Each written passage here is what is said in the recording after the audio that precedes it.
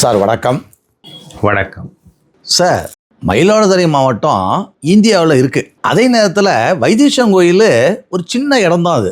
எனக்கு தெரிஞ்சு வைத்தீஸ்வரன் கோயில்னு சொன்னால் வைத்தீஸ்வரர் சிவன் ஆலயம் இருக்குது. அதுக்கு அடுத்ததாக ஃபேமஸாக சொல்லப்படுறது இந்த மகாசிவன் நாடியினுடைய குறிப்பாக உங்கள் பேரை தான் சொல்கிறாங்க.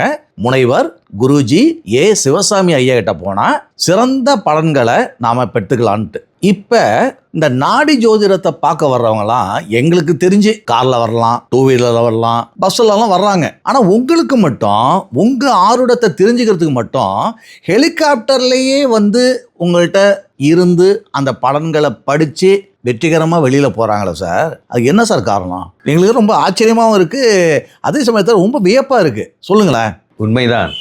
எப்படின்னா 1983, 84 இந்த காலகட்டங்களில் என்னிடம், அதாவது என்னுடைய தந்தையிடம் மகாசிவநாடியை பார்ப்பதற்காக அப்பொழுதே மாண்புமிகு முன்னாள் அமைச்சர் திரு ஜாஃபர் ஷரீஃப் அவர்களும் அவரது நெருங்கிய நண்பரும் எனது எஜமானருமான உயர்திரு ஹெச்ஜி ராமுலு ஐயா அவர்களும் அப்பொழுதே இங்கு வருவதற்கு எதை பயன்படுத்துவார்கள் தெரியுமா?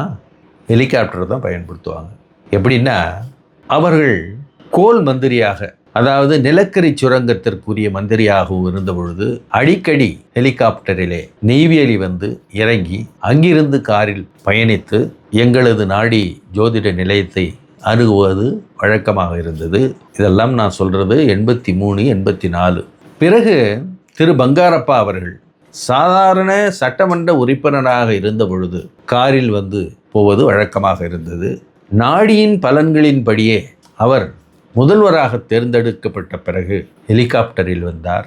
அதுபோல பல பெரியோர்கள், தொழிலதிபர்கள் இப்படி இந்த மகாசிவநாடியை தேடி ஹெலிகாப்டரில் பயணிப்பது வழக்கமாகிவிட்டது.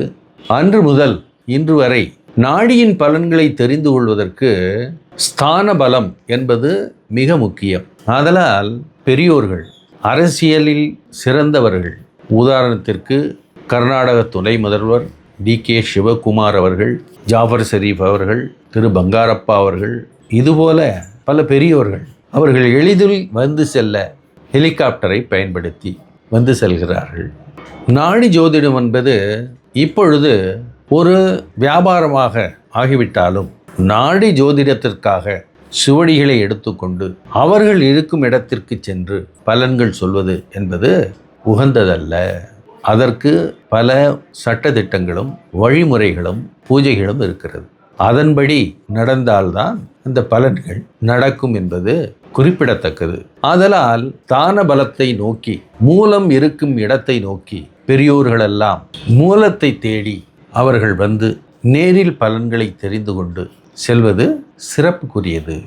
மகாசிவநாடி பலன்களை நான் முழு உணர்வோடும் அர்ப்பணத்தோடும் படித்து அவர்களுக்கு பலன்களை சொல்வதாலும் வழிநடத்துவதாலும் அவர்கள் குறிப்பாக என்னை, அதாவது அடியேன் சிவசுவாமியை தேடி வருகிறார்கள் என்பதை தெரிவித்துக் கொள்கிறேன்.